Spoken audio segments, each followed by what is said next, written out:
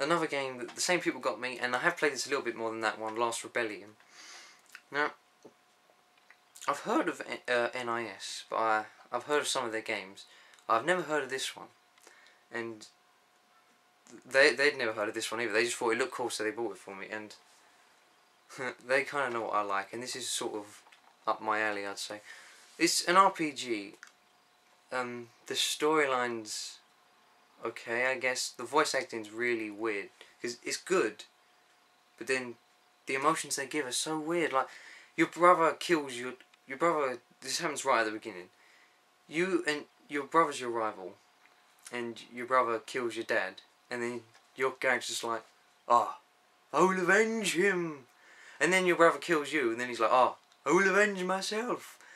It's really weird, but what happens is these two end up, she has to give half her soul to him so they can both survive, and you have to play the whole game as both of them. Like, you play as one at a time, but two at a time at the same time. It's complicated, but it works quite well. And the combat system, it's turn-based, but you don't just attack and then your enemy attacks. You have to pick, sort of like Fallout 3, pick where you want to attack them, and then it's not like if you attack them in the head it will do the most damage. You have to pick what order you want to attack them in, all of their body parts, and then if you pick it in the right order it will do more damage. And then you have to learn every enemy's order, and then it will get like put into your log or something like that, and then you attack in that order, and then you can use magic. It works really well. Can't wait to play this some more as well.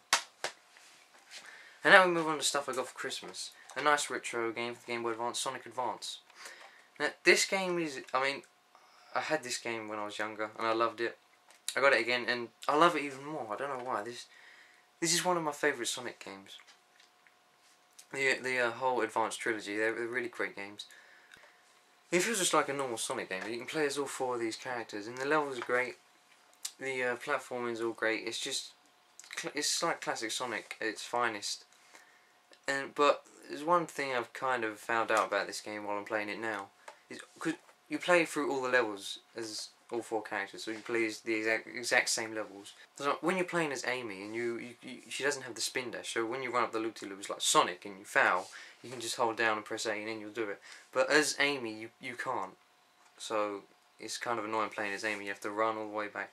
And then as well as some bits, but that also works really well with other characters. Like some areas you can't access unless you're using Tails because you can fly. Some areas you can't access unless you're using Knuckles because you can climb up walls. And yeah, it's just the game. The bosses are great. The levels are great. It's really fun. And now we have Sonic Colors. This is pretty much just like Sonic Generations. You take this was made before it, but you take the new Sonic levels and you just slap them in here. And yeah, this was basically what they wanted to do with Sonic Generations. They just tried it before. The daytime levels from Sonic Unleashed slap in this game, and there's a lot of improvements in this game to Sonic Unleashed daytime stages, which make it a lot better. And I've clearly seen, now that I've gone back and played this after playing Sonic Generations, that it's a lot more like this than it is like Sonic Unleashed. So yeah, if you really enjoyed the daytime levels from Sonic Unleashed, or if you really enjoyed the modern Sonic levels from Sonic Generations, and you just want to play an awesome Sonic game, you have a Wii, definitely get this. The only difference is that they've put these little colours, they're called wisps in, and they give you different power-ups, but it's not as like stupid as the warehouse stages in Sonic Unleashed. It actually works really well in this game, so don't let that put you off. But yeah, definitely one of the best Sonic games I've played. It's one of the best platforms on the Wii, really, I think. Definitely pick this up if you're a fan of Sonic. And now, Super Mario 3D Land. I don't have a 3DS, my brother has it, so he lets me play it, so I decided I have to pick this up because it looks just so good. And it is a really great game. Definitely one of my favourite games of the year. This is so much fun.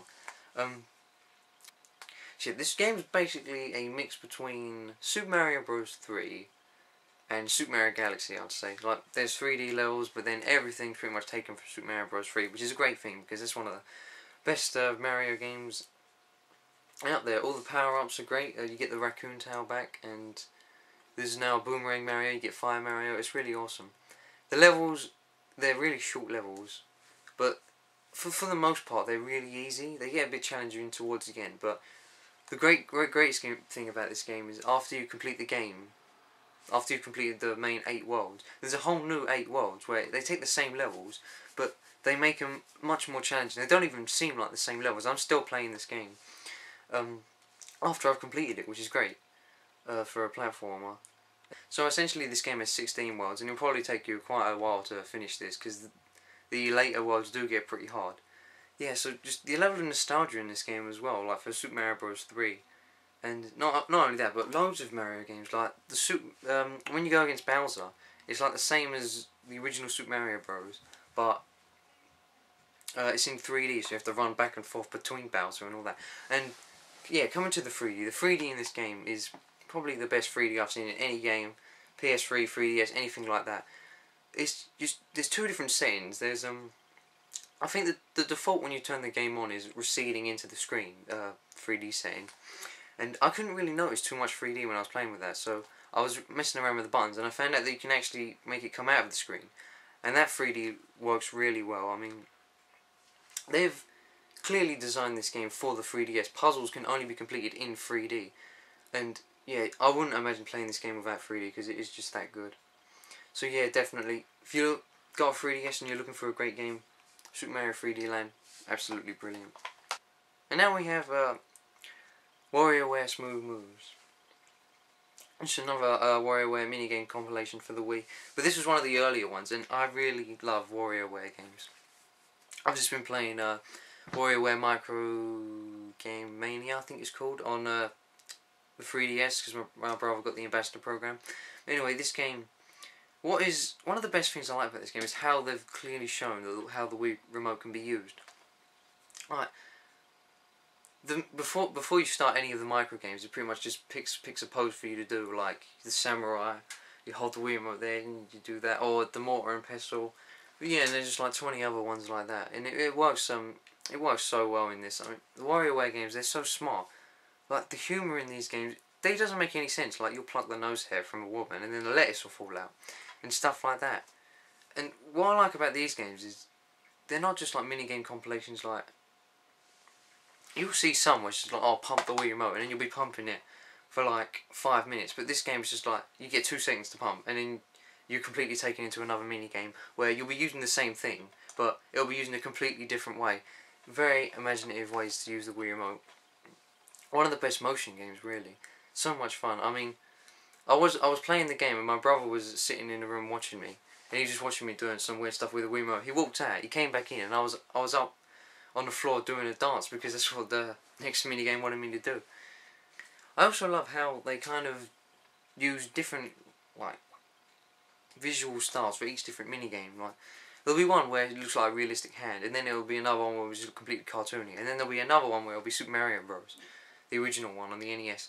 And like just all the things that they've done in this game is just works so well. It is a bit short because it took me an hour to complete, and it kind of sucks that you have to complete the game to unlock the multiplayer. So if like you took it to your friend's house but you didn't take your Wii, then you have to play single player.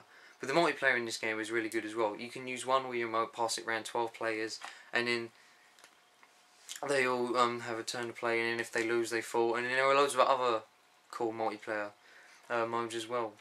Yeah, really good. If you're looking for a mini game, I'd say, on any console, definitely WarioWare. They are some of the best. So much fun. Next we have another kind of old game on the Wii, Mario Strikers Charge Football, the first football and the first Mario game on the Wii. This is so much fun to play. I mean, the new stuff you can do in this game that you couldn't do in the original Mario, it feels so much different. Like there's tricks, the super shot now, you can actually save them. And the online mode is so much fun. I mean, a lot of people still play this game today, which I found was great. And you have to be good at the game though, which luckily I am, if you want to play online. But yes, one of my favourite football games. I like the cartoony sports games a lot more than the realistic ones, and this is definitely one of the best ones. It's actually probably my favourite Mario sports game. So much fun. Now a game I've been wanting for quite a long time, Kingdom Hearts 358 Days Over 2. Now what this game essentially is they've taken Kingdom Hearts 2 and shrunk it down into a DS game. The reason I say that is because the combat's pretty much the same. as Kingdom Hearts 2. The levels are the same, but that's not a bad thing. I mean, it's really great. This game's a lot different to the other Kingdom Hearts, where it's not just a linear story, like go from this place to this place to this place to this place, and then you get a cutscene. This is there's missions in this game. Instead of just going from this to this place, now you have to go back to the exact same place over and over and over again to do something a little bit different. Like instead of killing 9 Heartless, you'll be killing 10 Heartless and finding an item or something. I don't mind that. I like that you have to go back to the same places. I like the missions in this. Yeah, so that might put some people off. It didn't put me off. I really like it.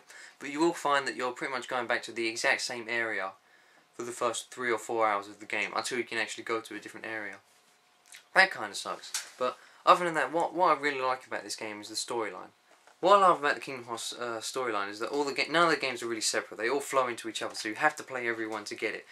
Some people obviously won't like that because they don't want to buy a PSP. You have to play both by sleep or buy a DS or anything like that. But yeah, I really like it because it's so much fun trying to work out everything that happens and playing all the different games and saying, oh, so that's why that happened, and that's what that character's doing, and it's so confusing, but it's so like you come out with more questions than answers, and I really love that about the Kingdom Hearts franchise. And last but not least, another Kinect game, Rise of Nightmares, the first horror game for Kinect. I think this is... I went into this, I saw a trailer like a year ago or something, I thought, well, that looks okay. And then it was really cheesy, I thought, well, I might as well pick it up. And I played it and I was like, this game is a lot better than I thought it was going to be. I mean, it's not very scary, there are some scary bits, but the main reason I like this game is all the motions, like it just comes up, it doesn't just hold your hand the whole way through.